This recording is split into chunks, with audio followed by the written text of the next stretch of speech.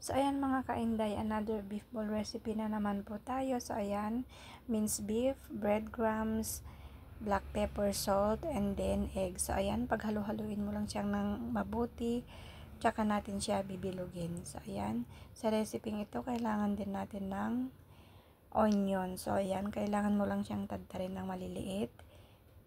Tsaka natin i-fry ang ating beef ball. Fry hanggang mag golden brown. Ayan. So, ayan, tapos na. Isa-set aside na natin. At gagawa naman na tayo ng sauce. So, ayan, butter. And then, saute natin ang ating onion. Kailangan mo lang siyang i-saute hanggang mag-translucent. Tsaka natin ilagay ang ating plain flour. Ayan. And then, maglagay ng tubig, chicken cube, or kung mayroon kayong chicken broth or beef ay okay din. So, ayan, naglagay ako ng ketchup, Worcestershire sauce. Ayan.